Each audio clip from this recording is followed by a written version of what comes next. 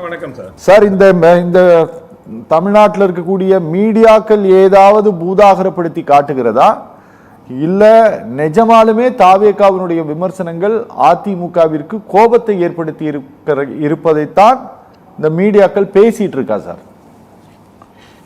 நீங்க முதல்ல ஆரம்பத்துல சொன்னீங்க ஏதோ கருத்து மோதல் அதிமுகவுக்கும் தாவேகாவுக்கும் இருப்பது போன்ற ஒரு நிலை உருவாகி இருக்குன்னு சொன்னீங்க. கருத்து மோதல் பண்ற அளவுக்கு இந்த தாவேகா ஒன்றும் கருத்தியல் இருக்கக்கூடிய கட்சி இல்ல. அதாவது போற போக்குல ஒரு தட்டிட்டு போறோம், அவ்வளவுதான். இதெல்லாம் ஒரு பெருசு படுத்துறதே இல்லை. ஏன்னா இது சிங்கத்துக்கும் ஒரு இருக்கக்கூடிய குள்ளநெறிக்கும் ஏற்படக்கூடிய ஒரு சின்ன பிரச்சனை. அதாவது என்ன சார், எக்கோ கேக்குது, கொஞ்சம் பாத்துங்க. கோட்டை நாங்க கோட்டையை பிடிக்க போறோம்னு கட்சி ஆரம்பிச்சுட்டு செங்கோட்டையை பிடிச்ச கையோட சார் பேசலாம், சவுண்ட் வைங்கப்பா. Okay okay. கோட்டையை பிடிக்க போறோம்னு சொல்லிட்டு கட்சி ஆரம்பிச்ச விஜய் செங்கோட்டையனை பிடிச்ச கையோட பெரிய சாதனையா நினைச்சுக்கிட்டு என்ன பண்ண சீன் போடுறாரு பாருங்களா. அதுதான் வந்து அது எங்க சீன் போடுறாருன்னா திமுக கிட்ட சீன் போடுறாரு. 32 வருடங்கள் தமிழகத்தை ஆட்சி செய்து 69% இடஒதுக்கீட்டை கொண்டு வந்து தமிழகம் இன்றைக்கு கல்வியில், பொருளாதாரத்தில், வேலை வாய்ப்பில் முன்னணி மாநிலமாக இருப்பதற்கு காரணமாக இருந்தக்கூடிய ஒரு 54 வருடங்களை கொண்ட ஒரு மாபெரும் மக்கள் இயக்கத்துக்கு கூட அவர் வந்து ஒரு சீன் போட்டாருன்னு வைங்களேன், சும்மா விடுவோமா?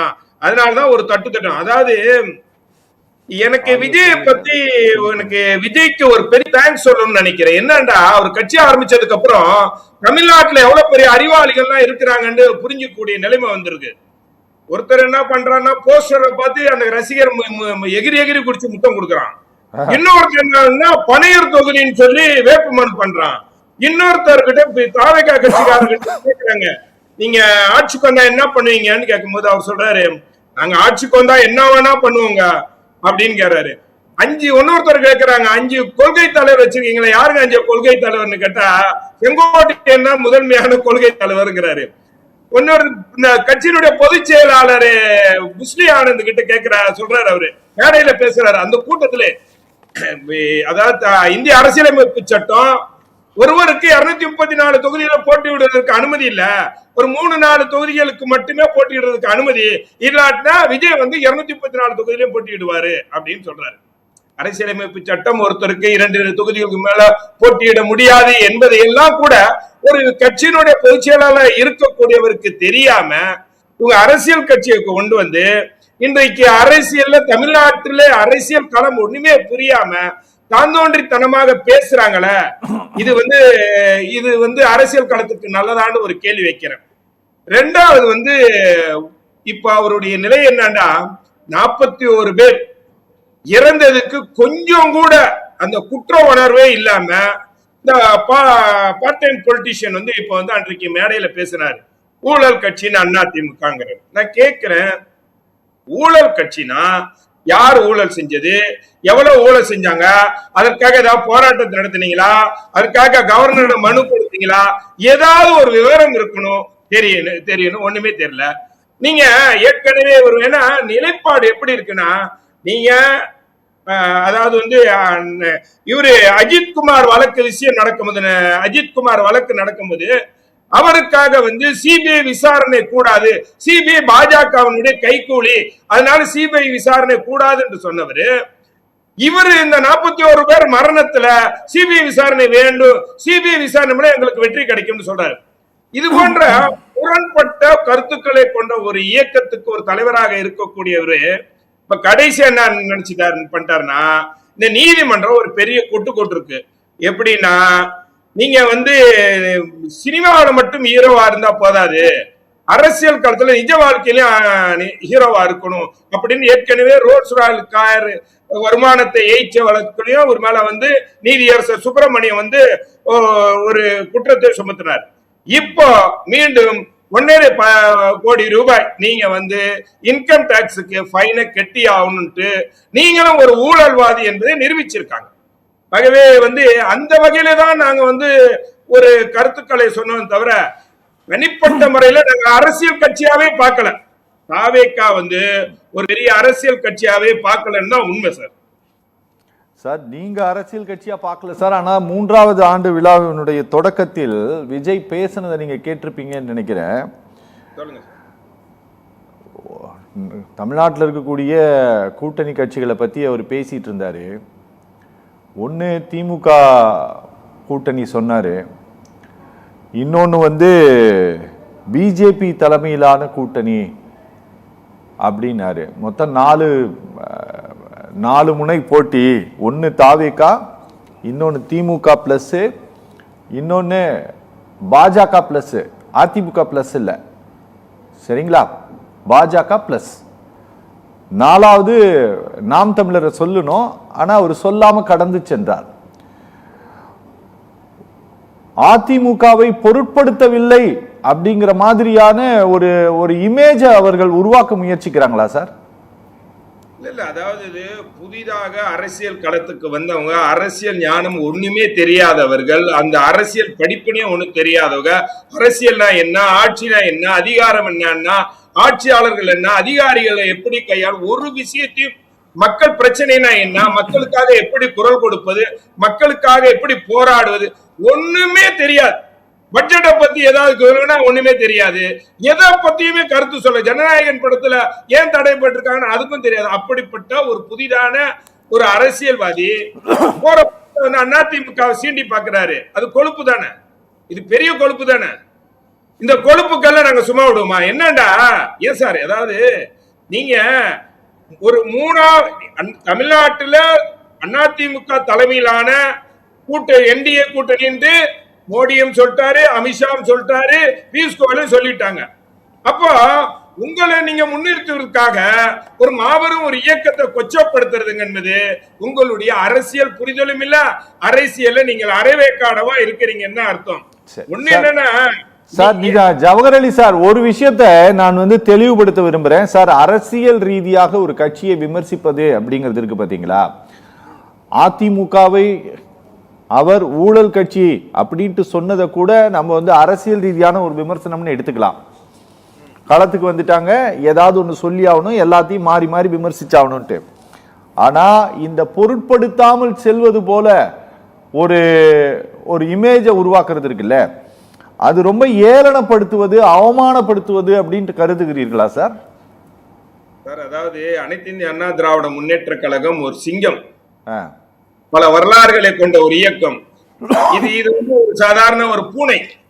இந்த பூனையை இது அது என்னன்னா, இது ஒரு என்ன செத்துப்போனதுன்னு சொல்ல முடியலாம். என்னடா இதுக்கு வரலாறு இல்ல, ஒரு கவுன்சிலர் என்ற மக்கள் கிட்ட எந்த விதமான இவ்வளவுதான் எங்களுக்கு ஓட்டு இருக்குன்னு எதுவுமே காண்பிக்காத ஒரு புதிதாக வந்திருக்கக்கூடிய அரசியல் இருக்கக்கூடிய பச்சா. ஓகே, அதாவது இந்த பச்சா என்ன சொல்லுது, எங்களை பார்த்து நேற்று பெய்த மழையில முளைத்த காலா அதிமுக ஒரு இயக்கமா பொருட்படுத்தாம பேசுதுன்னா அரசியல் ஞானம் இல்ல, அறிவு இல்லைன்னு தான் சொல்ல முடியும். அப்படியே கடந்து போக முடியும். அதே சமயத்துல எங்களுக்குரிய ஒரு சில நேரங்கள்ல அந்த விமர்சனங்களை பதிய வைக்கிறோம். இதெல்லாம் பெருசுபடுத்தணும். நீங்க என்னடா இதெல்லாம் நான் ஒண்ணு இல்லை, ஏண்டா இவர்களை தங்களை மிகைப்படுத்தி அரசியல் களத்துல முன்னிலை பெறலாம் என்ற நோக்கத்துல சொல்றாங்க. இது ஆனா களம் அப்படி இல்ல. தமிழ்நாட்டை பொறுத்த வரைக்கும் 2 திராவிட கட்சிகளுக்கு இடையேதான் என்பதை யாரும் மறுக்க முடியாது. இந்த கட்சிகளுக்குள்ள போட்டிய ஒண்ணுமே ஒரு கவுன்சிலருக்கு கூட ஆகாத ஒரு கட்சி இப்படி எல்லாம் பேசுதுன்னா தேர்தல் களம் மக்கள் பதில் சொல்ல போறாங்க. அவ்வளவுதான் நான் சொல்றேன். இன்னும் கடுமையா கூட விமர்சிக்கலாம், அது நாகரிகம் ஆகாதுங்கிறதுக்காண்டி நான் பொறுத்துப்பேன். Okay okay Jawahar Ali sir, உங்ககிட்ட ஒரு விஷயம் நான் தெளிவாவே கேட்க விரும்புறேன். பாருங்க சார், விஜய் பெயர் சொல்லாமல் கடந்து செல்கிறார். பெயர் சொல்லாமல், அதிமுக அப்படிங்கிற பெயரையே சொல்லாமல் விஜய் கடந்து செல்கிறார். ஆதவ் அர்ஜுனா பெயர் சொல்லி விமர்சிக்கிறார். அடுத்த இடத்துல இருக்கக்கூடிய திரு செங்கோட்டையன் அதிமுக ஒரு கட்சியே இல்லைங்கிறாரு. அவர்கள் பேசி சென்று விடுகிறார்கள். அதனுடைய மொத்த ரியாக்ஷனையும் ஏடிஎம்கே காட்டி கொண்டிருக்கிறது. அப்படி ஏடிஎம்கே இவ்வளவு வேகமாக ரியாக்ஷன் காட்டி தாவேகாவிற்கு முக்கியத்துவம் தருகிறதா, இல்ல இவங்க நம்மள டேமேஜ் பண்றாங்க அப்படிங்கிற பதற்றத்தில் நீங்க ரியாக்ட் பண்றீங்களா? ஏன்னா உங்களோட எந்த ரியாக்ஷனுக்கும் சார் அந்த பார்ட்டியினுடைய ஆதவ அர்ஜுனா கூட திரும்ப பதில் எல்லாம் சொல்றதே கிடையாது. உங்களை தான் அவங்க பேச விட்டுட்டு கிடக்குறாங்க. சார் ஒரு நிமிஷம் கேட்டுங்க சார். அதாவது எங்களுக்கு முதல்ல எக்கோ சவுண்ட கொஞ்சம் குறைங்க. அதாவது செய்தியாளர் ஒரு கேள்வியை கேட்கிறாங்க, அப்ப எங்களுடைய பொதுச் செயலாளர் எடப்பாடியார் அதுக்கான கருத்து சொல்றாரு. பல்வேறு கேள்விகளை கேட்கும்போது விஜயை பத்தி ஒரு கேள்வி கேட்கும்போது ஒரு கருத்தை சொல்றாரு. அதுக்கப்புறம் எங்களை போன்ற இப்ப அதை வச்சுதானே நீங்க விவாதத்தை எடுத்தீங்க. அப்ப நாங்க பதில் சொல்லாம போயிட்டு இந்த விவாதத்துக்கு வரக்கூடாதுன்னு நினைக்கிறீங்களா? நீங்க பெருசா ரியாக்ட் பண்றீங்க சார். நெறியாளரு பெருசா ரியாக்ட் பண்றீங்க, இது தவறு. நீங்க பெருசா ரியாக்ட் பண்றீங்க. கத்தி கதறாரு நம் நண்பர் எம்ஜிகே நிஜாமுதீன், ஒரே புலம்பலா இருக்குது. அரசியல் இந்த விவாதத்தை பத்தி பேசுண்டா அவரு புலம்பல் வந்து பெரிய புலம்பலா இருக்கு. அதுக்கு முன்னாடி முதல்ல சொல்றேன், இவரு இளங்கோவன் சொல்றாரு விஜய் கிட்ட பேசினாரு. யாரு? எடப்பாடியார் விஜய் கிட்ட பேசினாரா? இவருக்கு தெரியுமா? ஏன் சார் பொய் பொய்யா பேசுறீங்க? பொய் பொய்யா உங்களுக்கு தெரியுமா? பொய் பொய்யா இருக்கணும்னு சொன்னாரு சார், பேசினா சொல்லல. பாத்தீங்களா, உங்களுக்கு ஒருத்தர் பேசுறது கூட எல்லாமே தப்பு தப்பாவே படுது. ஆமா சார், ஒரு விவாதத்துல உட்கார்ந்துகிட்டு ஒரு அரசியல் நாகரிகம் இல்லாம எடப்பாடி, நான் பேசி முடிச்சதுக்கு அப்புறம் பேசுங்க ப்ளீஸ். எல்லாம் பேசும்போது அமைதியா இருந்தல. நீங்க ஒரு நரேட்டிவ் செட் பண்ணீங்களா? நெறியாளர் ஒரு நரேட்டிவ் அதிமுகவுக்கு சிறுமைப்படுத்தணுங்கிறதுக்காண்டி ஒரு நரேட்டிவ் நீங்க செட் பண்ணீங்களா? அந்த நரேட்டிவ்க்கு தகுந்த மாதிரி இந்த 3 பேரும் பேசுனாங்களா? கொஞ்சம் நான் பேசுறத கொஞ்சம் கேளுங்க. இன்ஜினியரே வருத்தத்தோட இருக்கிறேன் சார், என்ன போய் இப்படி சொல்லிட்டீங்க சார். நீங்க தான் நரேட்டிவ் செட் பண்ணீங்க. யாருமே ரியாக்ட் பண்ண மாதிரி இந்த தமிழ்நாட்டு அரசியல் களத்துல யாருமே கண்டுக்கிற மாதிரி அதிமுக மட்டும் ஏன் சார், ஒரு அரசியல் கட்சினா நீங்க ஒரு கருத்து சொல்லும் போது அதற்கான கருத்து எதிர்வினை கருத்து சொல்லிதான் ஆகணும். அதுதான் உண்மையான அரசியல் கட்சி. நீங்க எதுவுமே கண்டுக்கிற மாட்டோம், நீ என்ன வேண்டா பேசு. நீங்க செய்தியாளர் கேட்கிறாங்க, அதனால அவர் எங்க எடப்பாடியார் சொன்னாரு, எங்களை போன்றவங்க நீங்க விவாதத்தை கூப்பிட்டீங்க, ஏன் இந்த விவாதத்தை எடுத்தீங்க? ஏன் எங்களை கூப்பிட்டீங்க? நீங்க தான் நடத்திட்டு போனதுதானே, நாங்க பெருசா ரியாக்ட் பண்ணணும். ஒரே ஒரு முறை தானே பதில் சொன்னாரு அவரு. இதுக்கு ஏன் சார் நீங்க அவ்வளவு பெரிய ரியாக்ட் பண்றீங்க?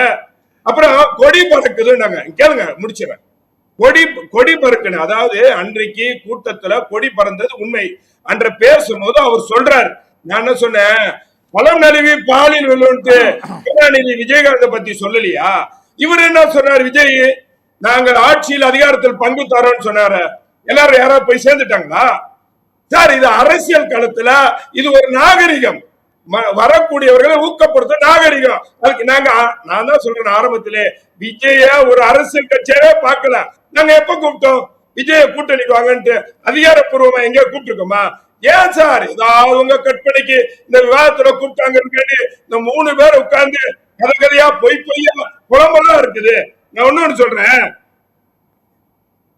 ஹலோ சொல்லுங்க சார் ப்ளீஸ். ஆரம்பத்துல எங்களுடைய பொதுச் செயலாளர் என்ன சொன்னார்னா, இதுக்கான 49 பேர் மரணம், இதுக்கு முதல் நிவாரணம் வேணும்னு தான் சொன்னார். 2வது கட்டம் சொல்லும் போது அவர் என்ன சொல்றாருன்னா, இது வந்து புதுசா கட்சி ஆரம்பிச்சிருக்காரு, அதனால பாவம் பரிதாபம் பார்த்தோம். எதுக்கு பார்த்தோம்னா, ஒரு ஜனநாயக ரீதியில ஒரு கட்சி வளரட்டும் அப்படின்னு பாவம் பரிதாபம் பார்த்துட்டு, இது வந்து விஜய் மேல மட்டும் நீங்க தவறில்ல, அரசாங்கத்தின் மீது உளவுத்துறையினுடைய தவறும் இருக்கு, அதனால சிபிஐ விசாரணை வேணும்னு முதல்ல கேட்டது அண்ணன் எடப்பாடியார்.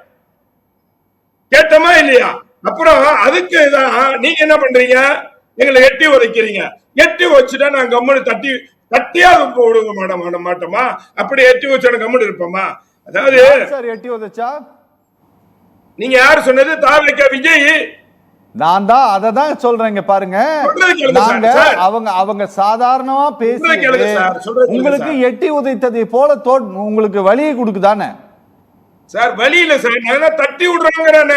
எட்டி உதைத்தவரை தட்டி விடுவோம், அவ்வளவு. நாங்க வந்து சாதாரண ரியாக்ட் தான். எப்படி எட்டி வைக்கணும், எங்களுடைய கட்சிய ஊழல் கட்சின்னு சொல்றாரு.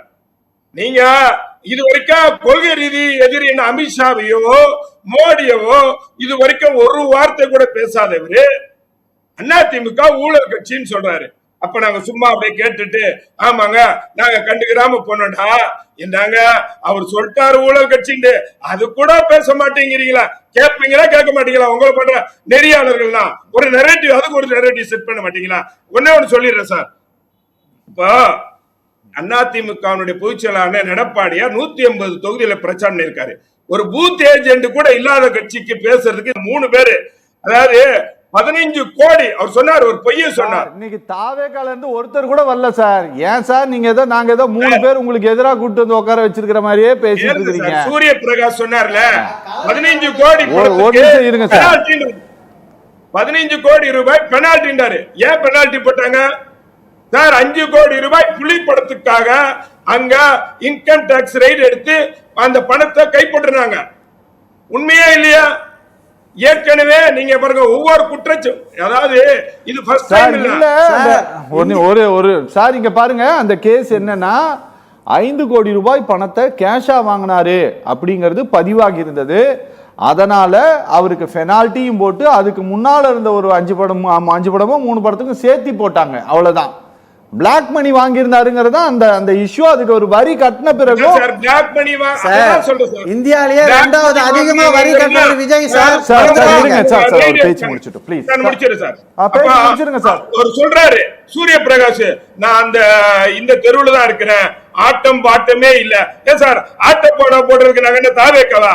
அரசியல் பக்குவம் பட்டவர்கள் சார். கூட்டத்தை பாருங்க, கூட்டமே இல்லைன்னா அப்ப நீங்க அந்த தெருவுலயே இல்ல. அந்த தெருவுலே இல்ல. ஒரு நாளைக்கு எடப்பாடியார் வரனா அந்த தெரு மட்டும் இல்ல, ராதாகிருஷ்ணன் சாலை மட்டுக்கு வரைக்கும் ஸ்தம்பிச்சு போயிடும். ஏன் பொய்யா பேசுறீங்க நீங்க? அப்ப அந்த பகுதியே இல்லன்னு நினைக்கிறேன். அதாவது ஒருவேளை கோர்ட்டுக்கு போயிருப்பாருன்னு நினைக்கிறேன் சார். அவரு கோர்ட்டுக்கு போனாரு, அவங்க உங்க வீட்டுல தூங்கி இருப்பாரு. அதாவது நம்ம நிஜாம் என்கிட்ட என்ன கேட்டீங்க, நிலைப்பாடு என்ன? அவர் கோர்ட் ஃபைன் போட்டிருக்காங்களா? தாவைக்கா கொண்டு போற நிலைப்பாடு என்ன? தாவைக்கா சரியான அரசியல் பாதைக்கு போறாங்களா?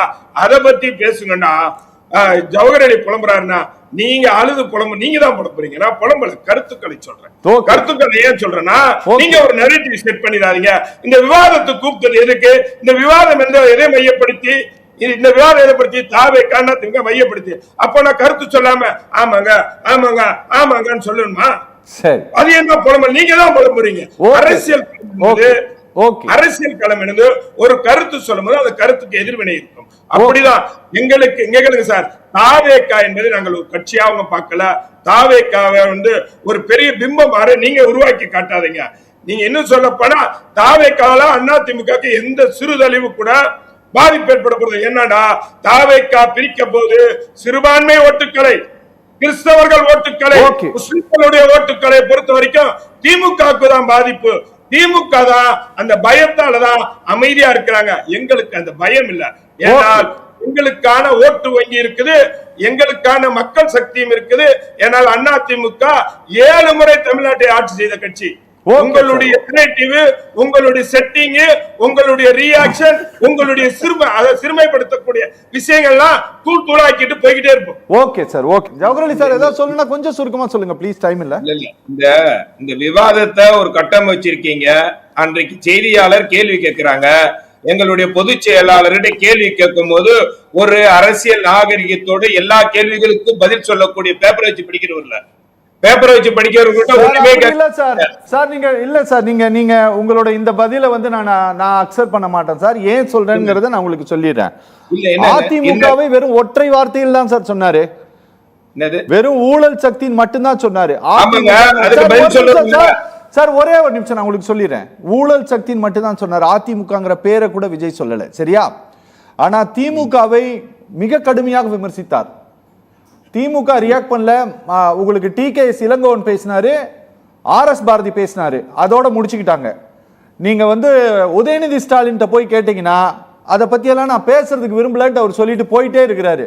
ஆனா திரு எடப்பாடி பழனிசாமி எதிர்கட்சி தலைவர் அந்த மாதிரி இல்ல, அவர் ரியாக்ட் பண்றாரு. அத நீங்க பத்திரிகையாளர்கள் கேட்கறாங்க, அதனால நாங்க பதில் சொல்றோம் நீங்க சொல்றது அப்படிங்கிறது அது பொருத்தமற்ற பதில் அப்படிங்கறத நீங்க அண்டர்ஸ்டாண்ட் பண்ணுங்க சார். கொஞ்சம் கேளுங்க சார். அதாவது இந்த ஒரு விவாதத்தை கட்டமைக்கும் போது இன்னும் இந்த போன்ற விவாதங்களை நீங்க கட்டமைக்க கூடாது. அப்படியே கட்டமைச்சா கூட அதிமுக செய்தி தொடர்பாளர்களை கூப்பிடக்கூடாது. அதுதான் விவாதம் நல்லா இருக்கும். என்னன்னா நீங்களே ஒரு நரேட்டிவ் செட் பண்ணிட்டு ஏங்க ஒரு கேள்வி கேட்கறாங்க, அதுக்கு பதில் சொல்றாரு, அந்த பதில் சொன்னதுக்கு நான் ரியாக்ட் பண்றேன். நீங்க உட்கார்ந்துகிட்டு நீங்க ஏன் ரியாக்ட் சொன்னீங்க அப்படின்னு கேக்குறது என்ன சார் நியாயம்? உங்களுக்கு நோக்கம் என்னடா? நீங்க இம்பார்ட்டன்ஸ் கொடுத்ததுனாலதான் சார் நாங்க எடுக்கவே செஞ்சோம். ஒரு அதாவது அரசியல் நாகரிகமோ அரசியல் ஆளுமை உள்ள ஒரு தலைவர் கிட்ட ஒரு கேள்வி கேட்கும் போது பதில் சொல்றாரு. ஸ்டாலின் கிட்ட யாராவது போய் கேள்வி கேட்டீங்களா? பத்திரிகையாளர்களுக்கு அந்த தைரியம் இல்லையா? ஏன் கேள்வி கேட்கல? ஏங்க உங்களை அதாவது கழுவி ஊத்துறாரு விஜய், ஏங்க அதுக்கு பதில கேட்டீங்களா? கேட்க மாட்டீங்க. ஏன்னா பயம். நீங்க அதை பத்தி விவாதம் எடுக்க மாட்டீங்க. விவாதம் எடுத்தீங்கன்னா பெண்ணுங்கிற ஒரு நிறுவனம் உங்க சீனை கட் பண்ணிடும். அதனால பயம். உங்களுடைய தொலைக்காட்சி பெண் நிறுவனம் தானே சார் இப்ப முழுமையா ஆளுமைப்படுத்துறாங்க. அதெல்லாம் கிடையாது சார். நீங்க சார் எங்களுக்கு சார் இல்லங்க சார், அதெல்லாம் கிடையாது. நீங்க அதெல்லாம் எந்த கட்டுப்பாடுல எந்த கொம்பனும் வந்து பண்ண முடியாது. இங்க கேளுங்க, இன்றைக்கு நீங்க சொல்லலாம், ஆனா உங்களை எல்லாம் கட்டுப்படுத்துறது நீங்க தப்பா பேசாதீங்க.